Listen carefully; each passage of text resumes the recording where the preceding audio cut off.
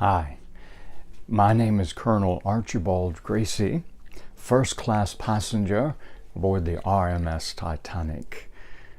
Well, I'm a writer and a military historian. I've been on vacation in Europe following publication of my latest book.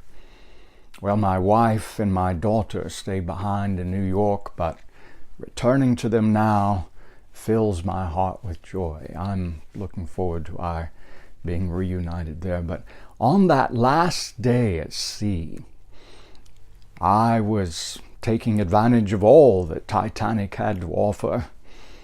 I enjoyed myself as though I were on a floating palace at the seashore, surrounded by every comfort. Well, that morning I played racquetball with the professional squash ball attendant employed by Titanic. I made use of the gymnasium, took a swim in the heated saltwater pool, and that evening, following an 11-course meal in first-class dining, my table companions and I retired to the Palm Court for coffee, where we were treated to a concert by Titanic's band. Well, after such a full day, I was ready for bed, and I retired to my first-class stateroom. But I was sleeping very deeply when I was awakened by a terrible jolt. Well, I dressed and made my way to the boat deck, and then I heard, "Yes, Colonel Gracie, we have struck an iceberg, sir." "My goodness," I said, "how can that be?" You could see pieces of ice and snow lying all around the boat deck. And then this young crew member approached me and he said, "Colonel Gracie, could I help you on with your life jacket?"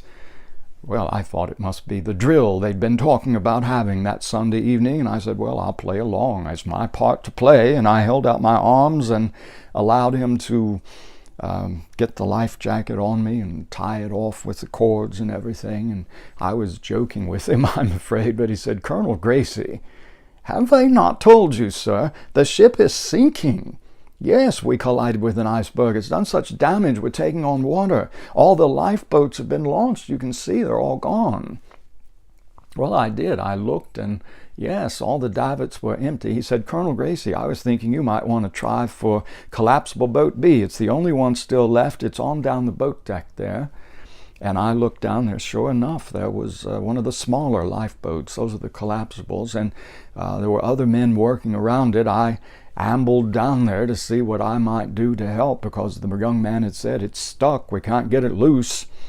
And indeed, it had a locking mechanism. It had frozen, and men were frantically trying to free it. The last lifeboat, I did what I could, but just then this huge wave roared over the ship, and it was so powerful. That lifeboat was violently jerked free, and we watched in some consternation as it was carried up and out and down into the water. That was the last lifeboat. We weren't very happy. But then I noticed, oh my goodness, it has me. I was following right along. It tossed me out and down I went. I was actually underwater now. And above my head, one of Titanic's huge funnels crashed right down. But I remember thinking, well, at least I'm safe from it under the water. Perhaps I was. But I noticed I couldn't breathe. I had to get out of there. So I kicked and pushed my way toward the surface. And then the biggest breath of air a human could take, I took it. Well, I spent a little bit of time in that 28 degrees salt water. Oh, I'll tell you, it feels like 1,000 knives stabbing you all over. But I was fortunate, I'll have to admit, because once my eyes began to clear, I was looking around myself, and guess what I saw? Not 20 yards off, well, it turned out to be collapsible boat B, the very same one we tried to wrestle off the ship, was carried off by that wave. And I somehow managed to swim over to it. It was floating, but it was capsized. That's the thing. It was upside down. I swam over to it, lurched myself on top. That's how I spent that night. 30 other men and me. We had to balance on the top of that lifeboat very carefully. The only thing holding it up was a air pocket. Second Officer Charles Lightoller was the one in charge of the lifeboat. He said, "Listen, men, anyone who can't hold this position, we're going to knock him off. I'm sorry, but the only thing holding us up is an air pocket, as you probably know. And if any man upsets it, we'll all be in the water. We have to be very stern about this." So we stood there, arms out, balancing hour after hour. We didn't know any help was coming. But finally, around 4 a.m., slowly emerging from the darkness, the lights of a ship. It turned out to be the Carpathia, which was the first ship to arrive in response to the distress call.